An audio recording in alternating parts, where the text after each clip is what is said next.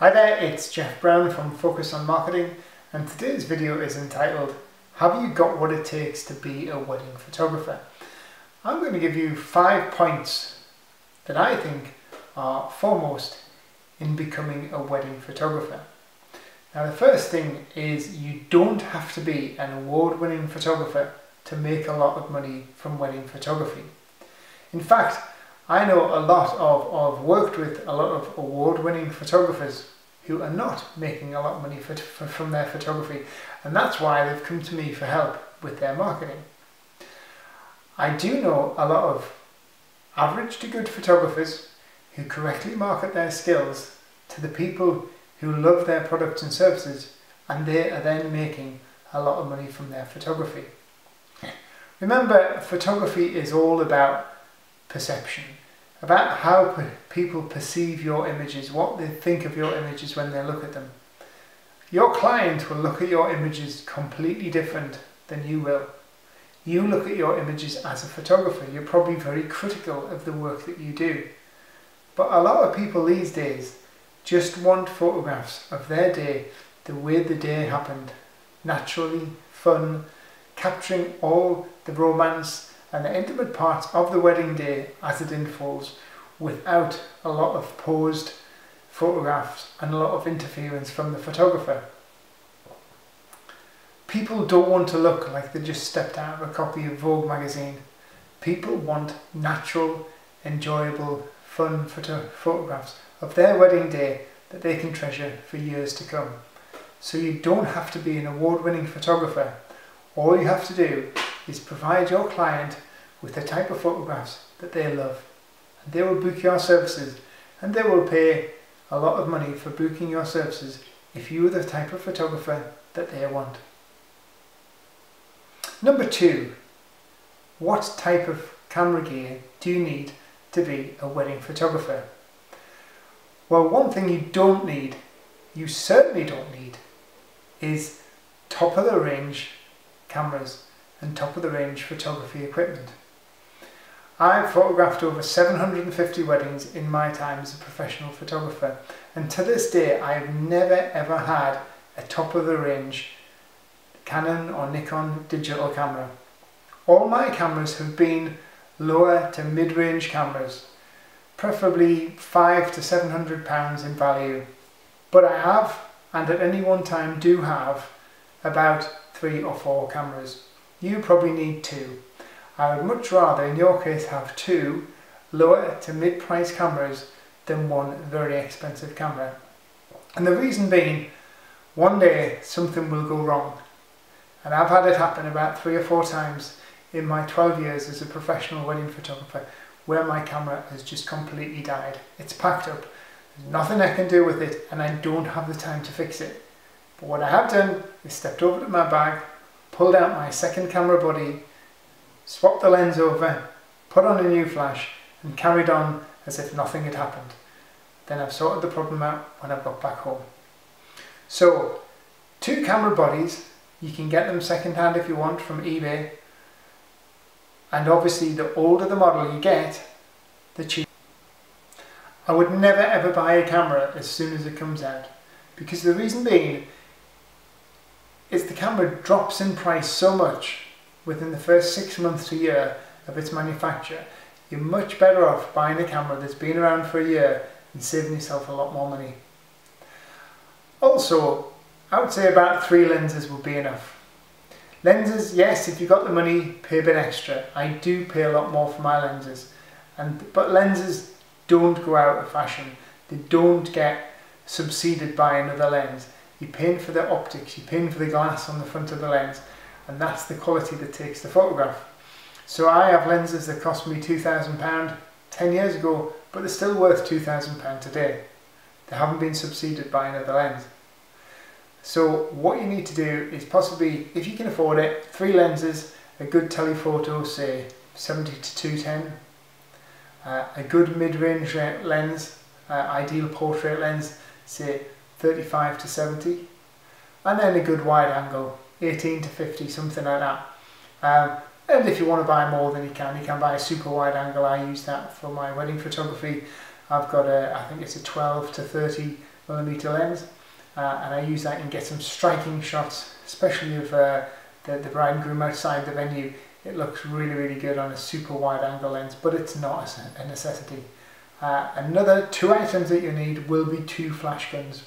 You can again go towards the cheaper end of the range for your flash guns, or you could buy one dedicated flash, say a Canon flash for a Canon camera, and then you can buy a second cheaper flash, maybe a Sigma flash that is made to fit a Canon camera, and that will probably be a fraction of the price of the Canon flash. And at the end of the day, that might only ever be used as a backup flash and kept in your bag. You do need a lot of batteries, rechargeable batteries for your flash unit, and obviously rechargeable batteries for your cameras, and a good selection of memory cards as well. A lot of photographers like to use a tripod. Personally, I do have a very good tripod, which cost me over £100, and it spends 99% of its life in the boot of the car and hardly ever comes out. I think the last time it was used was for fireworks at a wedding. So you don't need a tripod necessarily, but if you want to have one, get yourself one. And I keep all my camera kit in a backpack style camera equipment bag that just goes over my shoulder while I'm doing the weddings.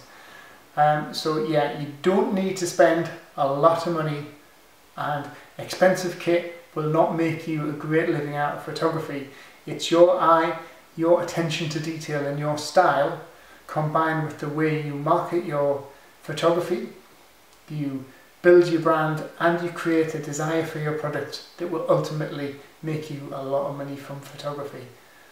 What else do you need to be? Well, you need to be a real people person. Remember, doing a wedding, you're surrounded by people all day, and you need to be able to get on with people. You need to be fun, you need to be relaxed, and you need to be enjoyable and a pleasure to be about. You need to be able to put people at ease and make the day pretty much stress-free for them, so they can relax, enjoy the day, and enjoy having their photograph taken.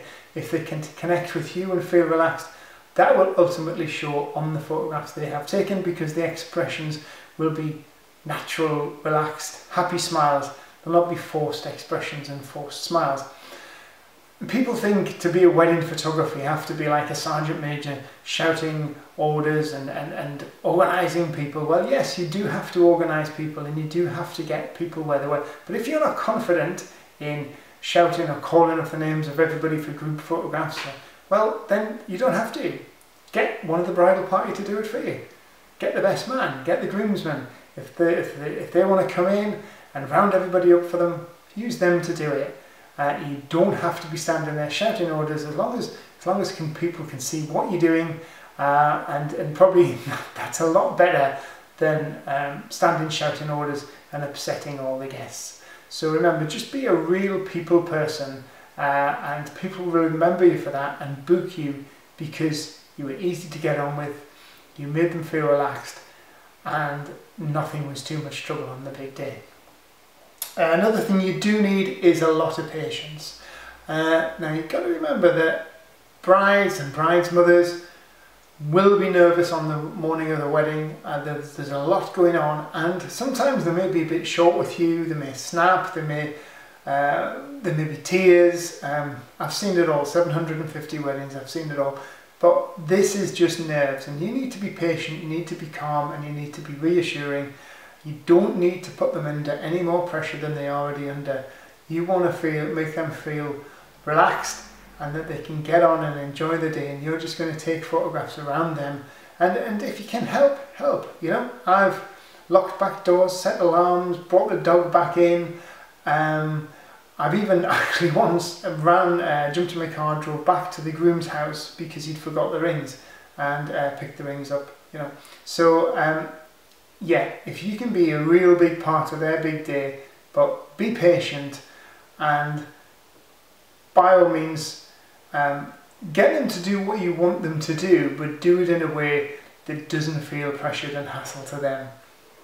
And one final thing that you do need to be a photographer on a wedding is you need great organisational skills, especially when it comes to timekeeping. A wedding is very fast paced. The average wedding maybe lasts about 3, 4, 5 hours. but there's a lot to fit in those 3 to 4 to 5 hours, and the time will go very, very quickly. And if you don't have good timekeeping and organisational skills, before you know it, the day will be gone, and your chance to get those photographs will also be gone too. So I always work from a wedding shooting list, which is something you can have a copy of, and I will give to you totally free of charge.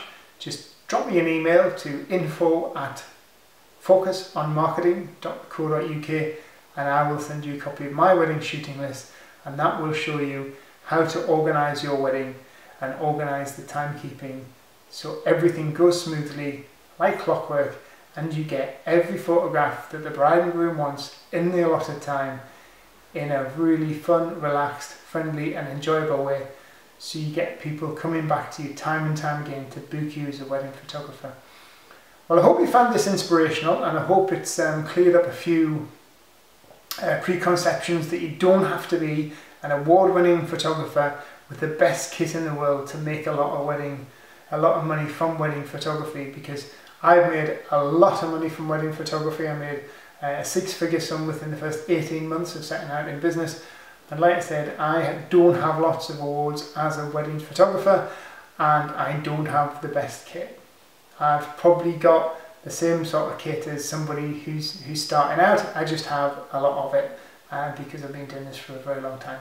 So I'd love to hear your feedback and your comments. If you do have any questions, drop me an email or drop a comment below, and I will get back to you. And I hope to see you again in the next video. Thanks very much. Goodbye now.